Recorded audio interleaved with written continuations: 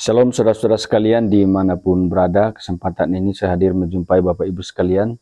Apa kabar saudara-saudara? Saya terus berharap Bapak Ibu tetap dalam keadaan sehat dan terus diberkati oleh Tuhan. Nah, seperti biasa saya hadir menjumpai saudara-saudara untuk terus bersama-sama kita menyaksikan kesaksian dari orang-orang yang sebelumnya tidak percaya kepada Yesus menjadi percaya kepada Tuhan Yesus. Nah, di dalam video ini seorang muslimah asal Jawa Barat. Ia berasal dari keluarga Islam garis keras. Kemudian ia pernah juga belajar di pesantren, tamat pesantren, tapi dia bersuamikan paranormal. Nah, lalu kemudian dijamah oleh Tuhan Yesus dan akhirnya menjadi percaya kepada Yesus Kristus. Nah, satu hal yang sangat luar biasa lagi bahwa tidak hanya dipilih oleh Tuhan, dijamah oleh Tuhan untuk menjadi Kristen, tapi dipilih Tuhan untuk menjadi pelayan Tuhan, melayani di gereja. Nah, sungguh sangat luar biasa. Semoga video ini bermanfaat, memberkati kita sekalian. Dan tentunya kita bersyukur kepada Tuhan bahwa ada lagi jiwa yang diselamatkan oleh Tuhan. Dia sudah menerima Yesus Kristus sebagai Tuhan dan Juru Selamat. Nah, dan kita imani saudara-saudara bahwa hanya di dalam Yesus Kristus saja ada keselamatan. Di luar Kristus tidak ada keselamatan. Bersyukurlah Bapak Ibu saudara-saudara yang sudah diselamatkan, sudah terima Yesus sebagai Tuhan dan Juru Selamat. Saudara tidak akan binasa, melainkan beroleh hidup yang kekal. Kita dengarkan video lengkapnya berikut ini. Saya Ayani, itu nama kecil saya, nama lahir saya Ayani. Sekarang nama saya sudah jadi Maria Magdalena. Itu nama yang diberikan oleh Tuhan untuk saya boleh hidup baru. Saya mau menceritakan kebaikan Tuhan di dalam kehidupan saya. 8 tahun yang lalu, saya hidup di dalam kegelapan. Yang artinya, saya itu cinta oleh Tuhan, tapi saya nggak tahu Tuhan mana yang saya sembah. Saya nggak tahu seperti apa wajah Tuhan. Saya tidak tahu Tuhan yang seperti apa sih. Katanya Tuhan itu ada. Katanya Tuhan itu besar. Tapi seperti apa? Nah, kenapa saya bisa katakan seperti itu? Karena ketika saya ada di titik terendah, itu benar-benar saya merasa bahwa dunia ini tuh kayaknya kejam banget. Kejam untuk saya hadapin gitu kan. Jadi benar-benar di titik terendah saya tuh saya merasa bahwa tidak ada seorang pun yang peduli dengan saya. Tapi satu ketika Tuhan masuk dalam kehidupan saya melalui firman-nya, melalui pujian-pujian penyembahannya. Karena dulu saya itu dari seberang, ya saudaraku, saya dari seberang. Saya juga keluarga dari Islam yang yang sangat garis keras gitu ya. Dalam arti garis keras itu, saya tuh nggak tahu. Kayak Sunda Wiwitan ya, kalau di Jawa Barat itu namanya Sunda Wiwitan. Jadi Sunda Wiwitan itu Islam enggak, agama ini enggak, agama itu enggak. Pokoknya dia nggak punya pegangan gitu kan. Akhirnya saya ngikutin yang orang-orang banyak lakuin, saya ikutin. Terus saya dalam perjalanan kehidupan saya merasa ada yang hilang di dalam diri saya. Saya merasa ini saya itu sholat 5 waktu gitu kan. Tapi ketika saya itu sedang ada masalah, saya tuh merasa diri saya itu hampa gitu kan. Nggak ada satupun orang yang tahu apa masalah saya, how are you, atau bagaimana. Saya tuh kepengen ditegur, kepengen ditanya gitu kan. Itu hati saya seperti itu, kacau banget hidup saya itu. Dari yang dulu hidup saya itu penuh dengan kegelapan, hidup saya itu nggak ngerti arah. Terus saya mulai masuk ke pondok, saya mulai masuk sekolah agama, saya mulai masuk di pesantren-pesantren kilat gitu kan, di kampung saya. Tapi percayalah, saya mengalami yang tidak orang lain alami. Mungkin saya melihat orang lain kalau mereka mondok gitu kan, anaknya pulang dengan baik-baik saja segala macam. Tapi yang saya alamin tuh, saya tuh perasaan saya tuh hampa, saya tuh nggak menemukan apa-apa gitu kan. Padahal saya sudah menghabiskan banyak waktu di sana gitu kan. Tapi saya tidak menemukan apa-apa. Itulah kehidupan saya. Saya hidupnya dulu yang tidak kenal Tuhan Yesus, berada di dalam kuasa-kuasa kegelapan, kuasa-kuasa setan. Kemudian saya mendapatkan suami juga yang seorang paranormal. Jadi saya malah tambah parah gitu kan. Bukan saya tambah baik, tapi saya malah tambah parah hidup saya. Suami saya tidak pernah mengajarkan yang baik gitu kan. Artinya dia selalu mengajarkan saya tentang kejawen gitu kan. Ilmu kejawennya dia. Karena dia dukun terkenal di sini. Waktu itu dia dukun terkenal. Tapi puji Tuhan, setelah perjalanan waktu, Tuhan sudah lawat dia, Tuhan sudah angkat dia, dan sekarang kami sama-sama melayani. Saudaraku, setelah bertobat, saya pelayanan. Saya tuh belum sadar ya, waktu di kolam baptis, waktu saya dibaptis, saya tuh ngomong kayak gini, Tuhan, aku nggak mau jadi orang Kristen. Karena apa? Karena kalau orang Kristen itu kalau ibadah, itu hanya 1 minggu sekali. Dan aku nggak mau kayak gitu, karena aku sudah biasa sholat 5 waktu, gitu kan. Terus sekarang aku tuh hanya 1 kali saja dalam 1 minggu. Aku nggak mau, Tuhan. Jadi di kolam baptisan itu aku bicara seperti itu. Mungkin sepertinya saya tuh sedang menguji Tuhan ya. Kalau sekarang baru tahunya seperti itu, kamu waktu itu menguji Tuhan. Jadi saya bilang, Tuhan, aku nggak mau seperti ini. Aku mau jadi orang Kristen yang bukan biasa aja. Karena ibu rohani saya, Ibu Anatalina waktu itu bilang bahwa Mbak Yani selamat, sekarang kamu sudah masuk dalam kerajaan Allah. Jadilah orang Kristen yang bukan orang Kristen yang biasa-biasa aja. Ya saya sih, ya amin, amin. Saya masih sekarang sampai bingung, kok bisa sih bilang kayak gini ibu gitu kan. Ternyata waktu saat saya sudah bertobat, mengalami pertobatan, dan saya mengalami restorasi dalam hidup saya mengalami hidup. Tadinya saya tiap hari mintanya mati. Tapi ketika saya sudah mengenal Tuhan, Tuhan jamah hidup saya. Tuhan berikan saya hidup yang baru. Ketika saya berjumpa dengan orang yang sakit, Tuhan berkati saya dengan pengurapan. Orang yang dijamah sakit dengan tangan saya, Tuhan melawat saya melalui orang itu. Melalui saya, orang itu sembuh. Apapun sakitnya. Beberapa kali Tuhan itu pakai hidup aku, memberikan aku tugas. Kadang-kadang tugasnya itu melalui mimpi, saudaraku. Melalui mimpi yang saya benar-benar kalau saya cerita sama orang, mungkin saya dibilang gila. Jadi saya pernah sering bermimpi malam saya lagi tidur, lepas doa, saya bermimpi mau mendapatkan seseorang. Orang itu laki-laki, orang itu sudah sakit lama, orang itu sudah nggak berdaya di kasurnya. Nah, kemudian saya langsung keluar dari kamar, tapi ketika saya teriak itu nggak ada satupun yang mengerti ada apa di dalam gitu kan. Kenapa Bu, kenapa gitu, kamu kenapa? Enggak, aku mau dapat tugas dari Tuhan. Tugas apa? Ya, aku mau mendoakan orang lain karena ada seorang laki-laki, orang itu sudah sakit, sudah terkapar. Tolong, saya tidak tahu rumahnya di mana, tolong ini motor saya doakan supaya motor ini dinyampein ke tempat orang yang sakit itu. Kemudian saya pegang motor itu, motor anak rohani saya pegang, saya berdoa. Dalam nama Yesus, motor ini akan dijamah oleh Tuhan, dibawa oleh Tuhan untuk ke tempat di mana orang itu berada. 2 hari kemudian, orang itu datang, anak rohani saya datang, kemudian dia bilang, Mami, kan manggil saya Mami, Mami, aku ketemu sama orangnya, dan itu benar apa omongan Mami, ayo sekarang, mana? Ayo siap-siap gitu. Udah siap-siap berangkat. Saya berangkat sampai ke rumahnya. Terus saya lihat kalau bapak ini nggak sakit, ibu ini juga nggak sakit. Tapi saya memang sudah tahu bahwa orang itu ada di dalam. Terus saya langsung bilang, Shalom ibu, gitu kan. Saya bilang Shalom ibu. Iya Shalom, ada apa? Perkenalkan, nama saya Maria. Saya dapat mimpi seperti ini. Bolehkah saya masuk ke kamar Bu? Karena di dalam ada orang yang sedang sakit, yang sudah lama sakit. Dan benar-benar Tuhan berkenan atas orang tersebut. Kemudian saya masuk ke kamar, dia juga kaget, ini siapa gitu kan, orang ini siapa gitu kan, dari mana gitu kan, kenal juga enggak gitu kan. Tapi saya nggak tahu, saya disuruh Tuhan untuk ke sini. Tidak ada yang menyuruh saya, tidak ada yang ngojok-ngojokin saya ke sini, saya disuruh ke sini. Tolong Ibu, saya mau berdoa. Karena apa? Karena sudah hampir banyak puluhan orang dari paranormal, dari ujung sampai ujung datang untuk mendoakan anak tersebut. Saya bilang, Pak, anak ini sakit, ada jalannya Tuhan, anak ini sakit. Karena dari sakitnya anak ini, itulah yang akan membawa Bapak kepada Tuhan. Ternyata Bapaknya punya ilmu sastra jendra, Bapaknya punya ilmu kejawen. Dan beliau melihat saya, ketika beliau melihat saya, dia sudah hanya senyum-senyum saja. Anak Bapak sakit hanya untuk kemuliaan Tuhan, Bapak dipilih oleh Tuhan, Bapak boleh bertobat. Bolehkah saya masuk ke dalam? Saya masuk ke dalam, tanpa pikir panjang lagi saya langsung sujud di kaki anaknya itu. Saya bilang, Tuhan, Engkau sangat berkenan atas orang ini. Tuhan, aku tidak minta mujizat. Berikanlah kesembuhan untuk orang ini. Dan apa yang terjadi?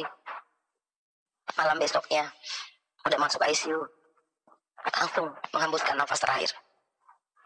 Ada satu hamba Tuhan juga yang bilang sama saya mau tarik jiwanya. Pak, saya punya rambu-rambu kalau berdoa.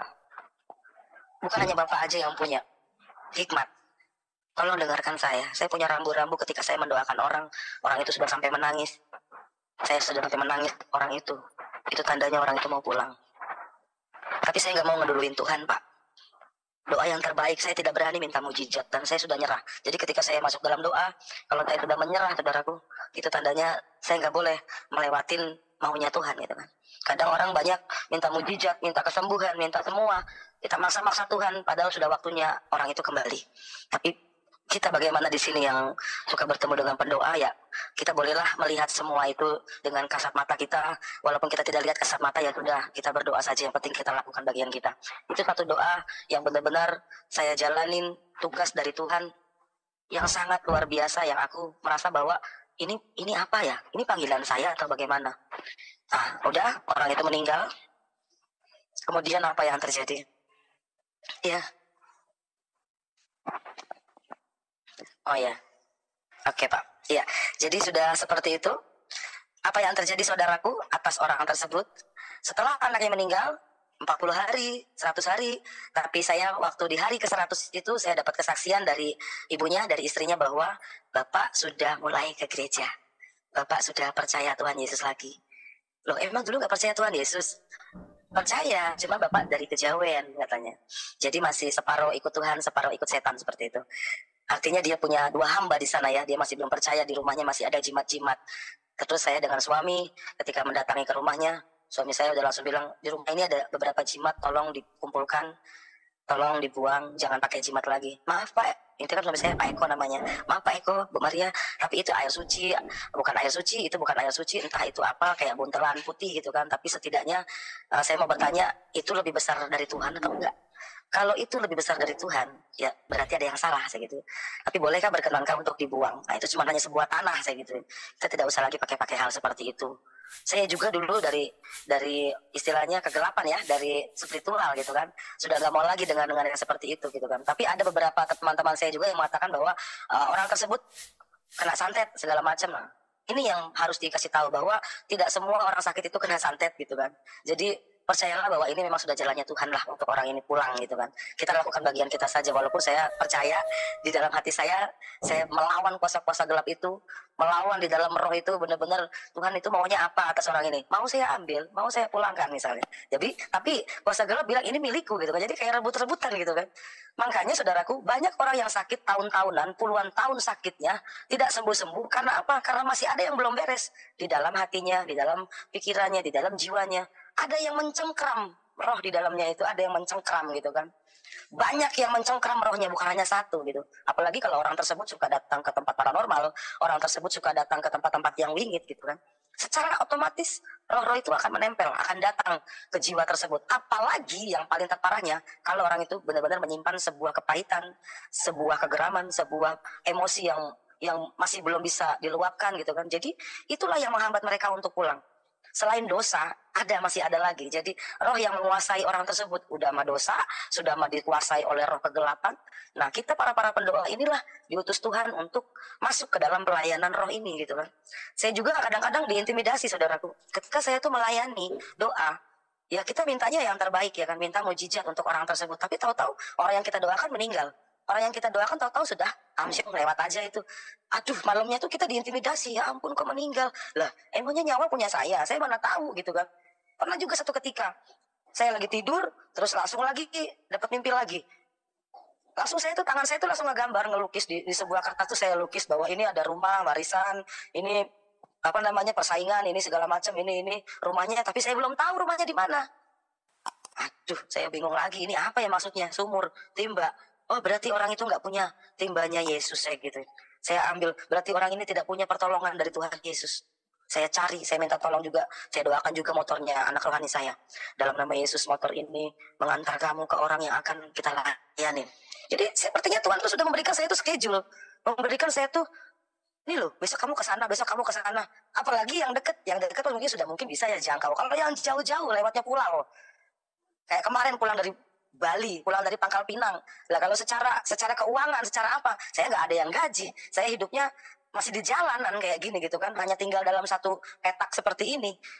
Kita nggak punya pekerjaan tetap gitu kan. Terus tahu-tahu Tuhan kasih kita itu tugas. Suami saya pun lagi mau bertobat seperti itulah. Sekarang kalau Tuhan mau pakai hidupku, aku mau dibilangin mau pergi kemana-mana, terus dari mana perginya? Dari mana jalannya? Dan percayalah saudaraku, kalau memang Tuhan yang sudah utus, Tuhan juga yang akan menyertai.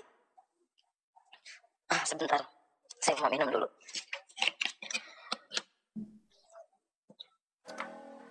Ya, Silakan Ibu, tidak apa-apa. dalam nama Tuhan Yesus.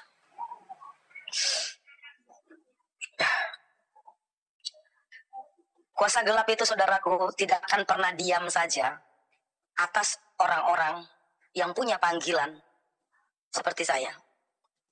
Panggilan misi, panggilan untuk jiwa-jiwa. Itu istilahnya kayak perampok ya. Perampok nggak mungkin masuk ke dalam rumah yang tidak ada isinya. Jadi kalau ada saat ini orang-orang yang seperti saya panggilannya sama, kita boleh bergandeng tangan, sering berdoa. Kita boleh salinglah mendoakan teman-teman semua yang penginjilan, yang misi. Saya sering banget, saudaraku, dipanggil Tuhan, tugas dari Tuhan. Sampai orang tuh nanya, dari mana, gereja mana yang nyuruh kamu panggil? Nggak ada yang panggil saya. Saya diutus Tuhan untuk ke sana. Waktu itu kemarin tuh belum lama ke Bali saya. Saya melayani di sana, ada artis ini ya, artis video porno gitu ya. Maaf ya, video dewasa ya. Saya bertemu dengan dia. Saya tahu-tahu malam-malam motor saya juga kepengennya jalan muterin Pantai Kuta itu 3 kali. Ini motor mau bawa saya kemana? Saya gitu. Gak taunya ada saya berhenti di satu tempat makan besar di dekat Kuta itu. Tahu-tahu ada security-nya di sana. Saya jangkau. Terus saya ceritakan tentang kebaikan Tuhan, tentang kesaksian diri saya, hidup saya. Apa yang terjadi? Orang itu bertobat. Orang itu menerima Tuhan. Belum hanya sampai di situ aja. Lagi tidur juga, Tuhan antar lagi jiwa. Jadi di Bali kemarin itu berapa jiwa aja yang kita layanin gitu kan. Terus kita pergi lagi. Saya itu tidak pernah mencari jemaat. Saya benar-benar mencari jiwa. Jiwa-jiwa yang terhilang. Jiwa-jiwa yang sudah lama tidak gereja, tidak tahu di mana arah hidupnya, yang tidak punya identitas. Saya kasih kabar lagi bahwa dia punya identitas yang sangat luar biasa di hadapan Tuhan. Satu ketika, saudaraku, saya berjumpa dengan seorang ibu. Ibu itu sakit kusta. Sudah 21 tahun sampai 23 tahun kalau nggak salah ya. Namanya Ibu Rini. Ada di daerah Purwada di sana. Sampai nakesnya di sana itu sudah bilang menyerah untuk ibu ini. Tidak bisa sembuh lagi untuk ibu ini. Itu badan kulitnya sudah membusuk semua. Saya, maaf ngomong aja, mendoakan saja sudah sampai muntah-muntah saya. Tapi saya peluk. Ketika saya peluk itu badannya langsung krak, krak, krak, bunyi krak berapa kali, bunyi krak berapa kali. Saya bilang, hanya Isa Al-Masih yang jalan keselamatan akan memberikan ibu sebuah kesembuhan ilahi. Percayalah bahwa ibu menerima kesembuhan ilahi. Iya, saya percaya. Saya taruh Alkitab di bawah bantalnya. Tolong ibu baca ini ya. Ibu baca ini ayatnya. Ini ibu baca. Tuhan memberikan kita kesembuhan. Ya Bu ya, tolong dibaca, dipegang. Saya berikan minyak dari saya, minyak urapan. Minyak juga saya buat di rumah sendiri. Saya buat minyak itu sendiri, kemudian saya berikan. Ini tolong untuk dioles, ini tolong untuk diapain. Nah, selang beberapa lama, ibu tersebut dinyatakan sembuh. Dan satu ketika, nakes-nakes di daerah situ mendatangi ibu ini. Siapa yang menyembuhkan kamu? Kenapa kamu kok bisa sembuh kayak gini? Berobat di mana? Kemudian, aku nggak tahu, ada ibu yang namanya Maria, katanya kesini mendoakan saya. Saya nggak perlu lagi berobat, saya sudah sembuh. Sudah saya masukin juga di YouTube saya itu, namanya Ibu Rini. Nah, kemudian kemarin terakhir lagi, ada juga yang sakit kusta gara-gara melihat video saya di Miracle Night, Miracle TV ini. Miracle TV melihat video saya yang kesaksian waktu itu, kemudian dia catat nomor WA saya, dia langsung telepon saya, Bu. Assalamualaikum, katanya, ini dengan saya. Tolong Bu, bapak saya sakit kusta. Ibu tahu dari mana kalau bapak ibu sakit kusta? Kan belum dicek. Iya, sudah sakit kusta. Kemudian saya dikirimin fotonya, sudah busuk-busuk semua, kakinya sudah hitam. Sudah berapa lama? Hampir 8 tahun.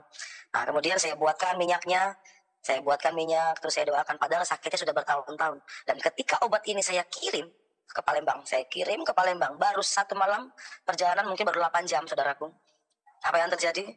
Langsung saya dikirimin innalillahi wa inna ilaihi rajiun. Langsung meninggal orang itu. Padahal obatnya yang saya buat belum sampai. Tapi saya percaya Tuhanku berkuasa tanpa batas. Tuhanku bekerja melalui doa-doa yang kita naikkan. Aku hanya jembatan. Aku bisa mendoakan orang-orang, aku nggak tahu siapa-siapa, aku nggak bisa apa-apa, aku bukan siapa-siapa Tuhan, tapi Engkau berkuasa atas orang tersebut. Akhirnya apa, saudaraku? Orang itu melihatlah video-video saya, kayaknya ibu ini dulunya mantan muslim ya Bu, kok ibu kok bisa jadi orang Kristen? Gimana ceritanya? Saya kirimin itu lagi video dari Miracle TV yang sangat memberkati saya luar biasa, dari kesaksian yang pernah saya kesaksian di sini kan. Nah, jadi satu kampung itu mereka pada nonton katanya, jadi dipoto gitu kan. Udah kehapus fotonya. Difotoin, ini kami semua pada nonton ibu katanya. Semua di sini pada nonton ibu, kami semua di kampung katanya. Dan kami berterima kasih. Jadi ini minyaknya yang dari ibu mau diapain? Ya sudah, dibagi-bagi saja di sana. Ada yang sakit-sakit dikasih saja, saya gituin.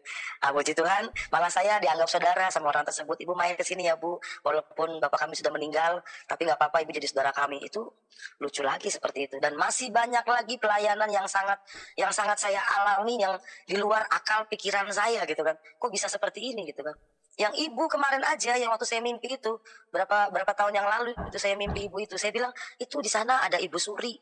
Saya bilangnya orang itu ibu suri, kenapa? Karena ibu itu kayak dicengkrem, rambutnya panjang, dicengkrem dan duduk di atas kursi roda gitu kan. Duduk di atas kursi roda, di belakangnya itu sudah kuasa gelapnya banyak yang menyelimuti orang ini. Itu saya lukis, lukisannya masih ada, tadi saya juga sudah kirim Pak Franky itu. Udah saya lukis, nggak ngerti tulisannya kayak apa kan. Saya tulis di situ. Ini seperti ini. Tapi apa yang saudaraku terjadi? Saya ditolak. Karena memang ini menyangkutnya ke selatan ya. Menyangkutnya ke selatan, dia punya perjanjian ke pantai selatan, jadi saya tidak berani untuk ikut campur. Kalau memang saya sudah ditolak, ya sudah. Kan firman Tuhan berkata kalau kau ditolak kau harus kebaskan kakimu. Jadi hari itu saya ditolak, tapi tidak berhenti sampai di situ. Doa-doa yang kami naikkan, doa-doa yang kami panjatkan, saya rasa sampai kepada beliau, sampai kepada ibu tersebut. Dan sampai saat ini pun orang itu belum bisa dikunjungin, belum bisa apa. Apa yang terjadi saudaraku? Saya melihat itu benar-benar dia di atas balkon, ibu itu di atas balkon, duduk di kursi roda, di belakangnya sudah ada kuasa-kuasa gelap yang melindungi dia katanya. Dan saya lihat, saya tuh nggak percaya, karena saya memang bukan orang yang bisa melihat setan gitu ya. Saya nggak tahu ini karunia atau bagaimana, saya nggak ngerti. Jadi saya masuk, saya intip itu tempat itu, ternyata benar saudaraku, ada kursi rodanya di situ. Dan memang itu rumah lantai 2, ada balkon di atas. Dan ternyata itu adalah sebuah kontrakan yang nggak laku-laku kontrakannya, sepi kontrakannya. Dan ada hanya satu ibu itu di dalam. Kata saya, kenapa kami tidak boleh mendoakan? Why, ada apa? Kok kami tidak boleh mendoakan dia? Dan ternyata setelah kami berdoa, ditelusur, itu saya berdoa saudaraku, badan saya itu kayak keluar kaca, serpihan kaca ya. Jadi saya tuh kayak menembus dinding. Saya tuh kayak keluar serpihan kaca sampai berdarah tangan saya. Itu ketika kami berdoa di situ, sudah berdoa, saya percaya Tuhan, apapun yang terjadi, orang itu sudah Engkau lawat, orang itu sudah Engkau urapi. Walaupun saya tidak bisa sampai ke sana, saya gitu. Dan saya belum tahu juga kabar terakhirnya sekarang bagaimana atas ibu tersebut. Tapi percaya ibu itu sebenarnya memang istilahnya secara lahir sudah tidak kuat lagi, kayak pohon pisang dikasih sandaran gitu kan. Nah seperti itu sih gambarannya untuk ibu tersebut. Tapi saya tetap selalu berdoa ketika melewati rumahnya, biarlah ibu itu dijamah oleh Tuhan. Saya tidak merasa bahwa ada yang sia-sia dari pelayanan saya. Itu ada lagi, itu seorang dukun, saudaraku. Saya pernah menjangkau jiwa seorang dukun terkenal di sini. Saya tidak bisa sebutkan namanya. Saya menjangkau beliau sampai saya itu dibakarin menyan, saya dibakarin dupa, saya dikasih minyak. Kemudian dia mendoakan saya. Siapa yang bisa mendoakan saya? Orangnya mencelat katanya. Kemudian ketika dia berdoa, dimatikan semua lampu. Itu saya tuh badannya muter saudaraku. Muter badan saya. Saya bilang, Tuhan, aku sudah tidak punya apa-apa lagi Tuhan. Aku sudah tidak punya daya upaya lagi di dalam kuasa gelap. Ya Tuhan, Kau kiranya mengurapi aku hari ini Tuhan. Jadi kami perang di situ saudaraku. Duer, perang kami di sana secara roh. Saya sudah hampir mau mental, saya hampir terpental saya. Apa yang terjadi? 1 hari, 2 hari, 3 hari. Kemudian orang itu tersebut menelpon kami.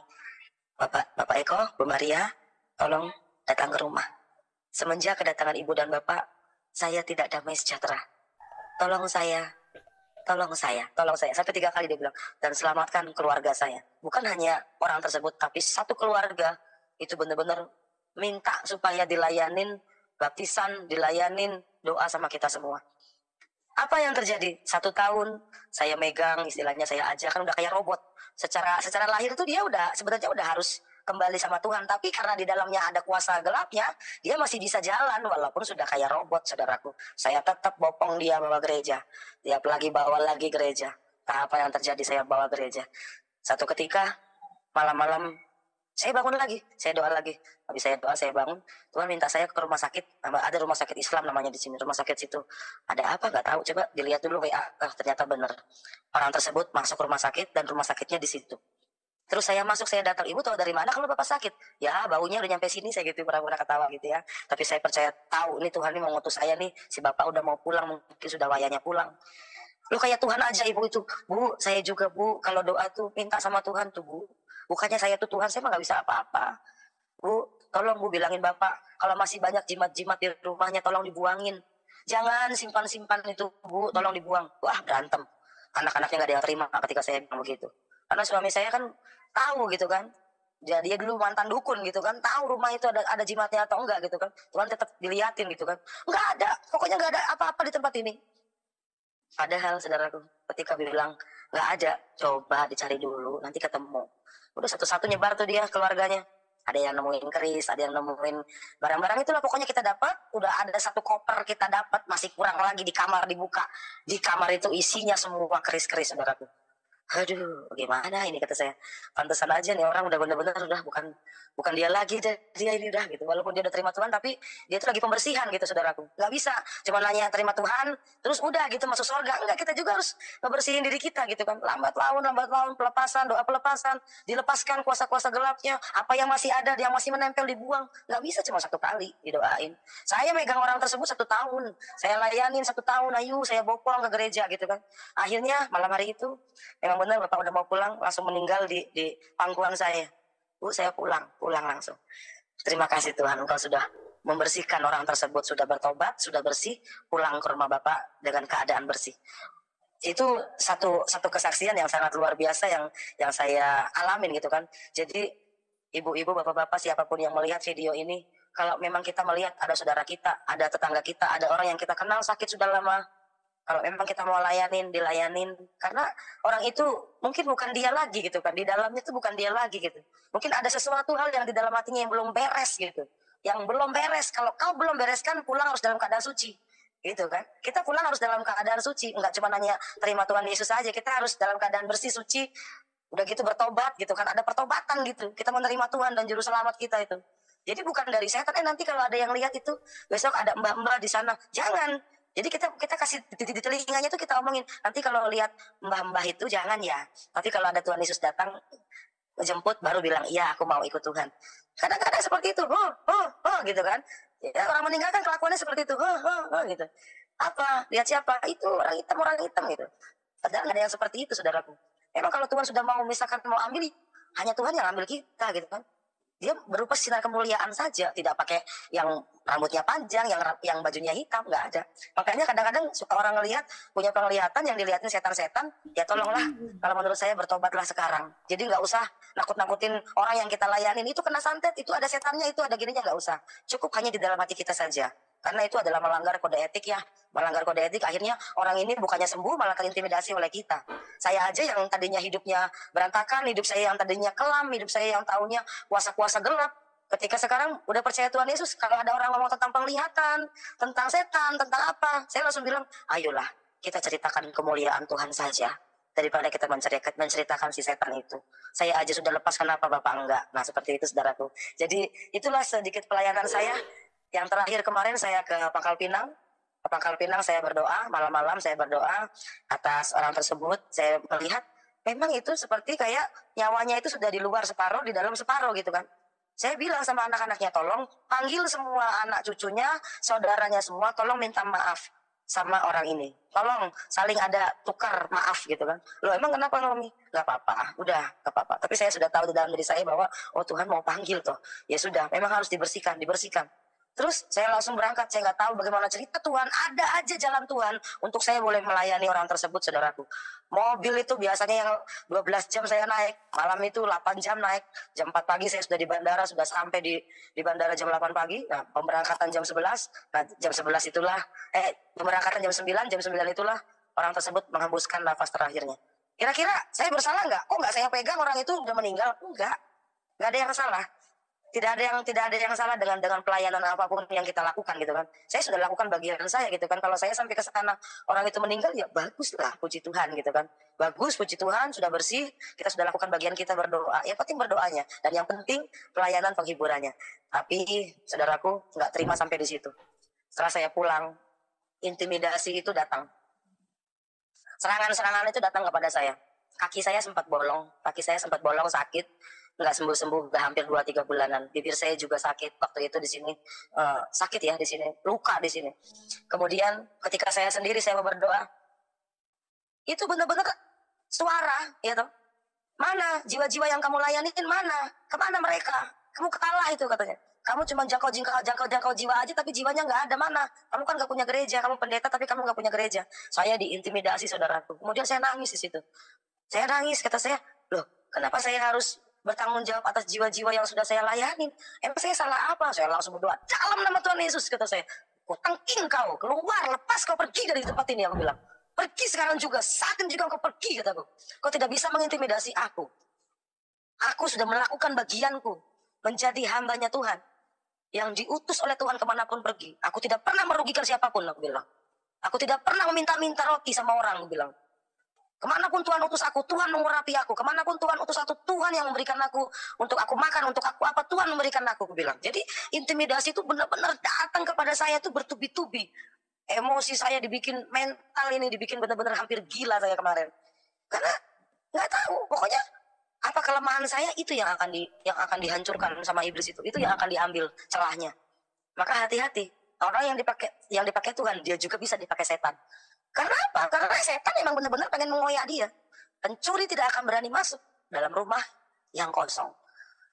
Untuk itu, saudaraku, saya juga memohon doa kepada saudara-saudaraku di sini. Siapapun yang pendoa, dimanapun, mari saling dukung doa untuk kami yang misi di jalan, misi di pulau-pulau, misi di tempat dimanapun Tuhan berikan kita tempat. Yang untuk di jalan-jalan kita, seperti kita ini jangkau jiwa di jalan. Saya tidak mau lagi peduli dengan omongan orang, peduli dengan intimidasi iblis. Saya sudah tidak lagi, saya lakukan saja bagian saya. Kalau saya mikir itu, saya sakit, saudaraku. Saya sakit mikir, kok orang yang saya doakan mati tuh Tuhan. Kok orang yang saya doakan kok kayak gini, kok bisa begini gitu kan. Jadi intimidasi itu kuat banget gitu loh. Enggak cuma asal habis doain udah selesai, enggak. Apalagi kalau kita sudah lupa kebas-kebas dalam nama Yesus, lupa, udah kita pulang. Udah yang namanya kuasa-kuasa seperti itu gak kelihatan, cuma mungkin hanya di Indonesia aja yang kelihatan pocong, kuntilanak, wewe gombel gitu kan. Sebenarnya kuasa gelap itu udah benar-benar meliputi kita, itu gak kelihatan seperti apa wujudnya, saudaraku. Kalau menurut saya seperti itu. Karena saya bukannya orang yang bisa melihat setan gitu, dan saya tidak mudah percaya dengan hal itu gitu. Walaupun saya ada di dalam dunia roh gitu kan. Tapi entah kenapa Tuhan memilih saya untuk saya boleh melayani jiwa-jiwa yang dalam keadaan sakaratul maut. Kebanyakan orang yang hampir sakaratul maut, orang yang udah sakitnya lama, orang yang benar-benar udah di jalannya, udah nggak tahu di jalannya jalan apa, yang udah nggak kenal Tuhan sama sekali, yang udah melupakan Tuhan benar-benar dalam hidupnya, itu saya akan datang. Makanya saya selalu melihat ada ayat Yesaya 6 ayat 8. Bisa dilihatkan ayatnya? Iya, saya bisa buka Ibu, Yesaya 6 ayat 8, tetapi hanya bisa keluar di YouTube dan Facebook Ibu, tapi tidak di layar Ibu, nggak apa-apa ya?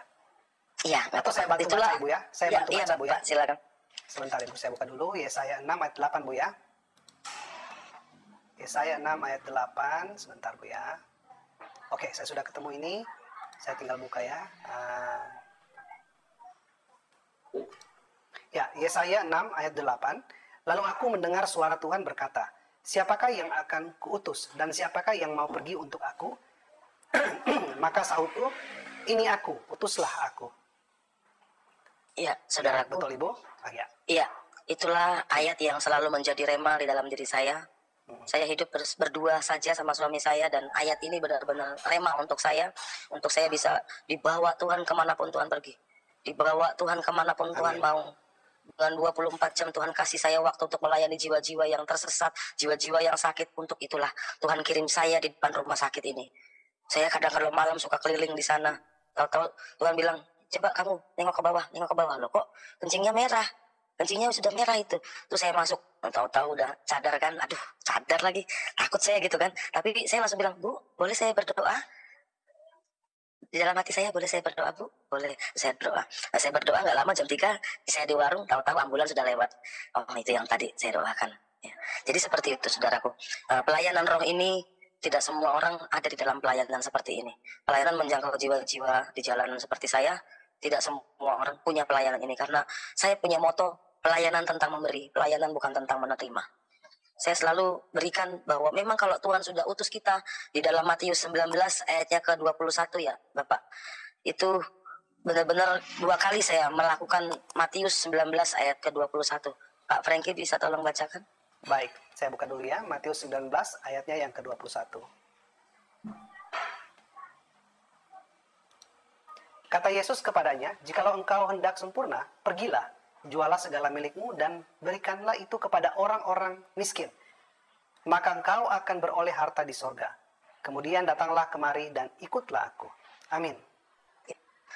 2 kali saya melakukan hal ini, saudaraku. 2 kali saya melakukan hal ini. Sampai yang terakhir, 3 tahun lalu di tempat ini, itu benar-benar 1 truk barang-barang saya dari semua yang saya punya di situ, saya berikan. Udah, saya cuma hanya baju aja. Saya mau pergi ikut cari Tuhan, kemanapun Tuhan mau bawa saya mau pergi. Cuma nyisain 1 radio itu hanya untuk mendengarkan pujian itu aja, sama baju, udah. Dan ketika udah mau berangkat, saudaraku, nggak jadi, saudaraku. Kenapa bisa nggak jadi? Udah, kamu tetap di depan rumah sakit nih. Lah saya nggak punya uang, duit uang dari mana toh Tuhan sudah di depan rumah sakit, saya gitu. Akhirnya nggak tahu bagaimana cara Tuhan saya bisa di rumah sakit sampai detik ini. Sudah hampir 3 tahun saya di sini, di depan rumah sakit ini. Saya stay di sini dari pagi sampai pagi lagi, mau ada orang mau enggak. Pokoknya saya stay di sini, di warung ini warungnya Tuhan, kata saya, ini punya Tuhan, ini milik Tuhan. Pokoknya saya pelayanan untuk Tuhan, maju untuk Tuhan, bersama-sama dengan Tuhan, bersama-sama dengan keluarga saya, suami saya. Nah, itulah kesaksian saya, saudaraku, kiranya menguatkan, dan percayalah bahwa keselamatan tidak ada di tempat lain. Keselamatan hanya ada ketika kita percaya bahwa Yesus adalah satu-satunya juru selamat kita.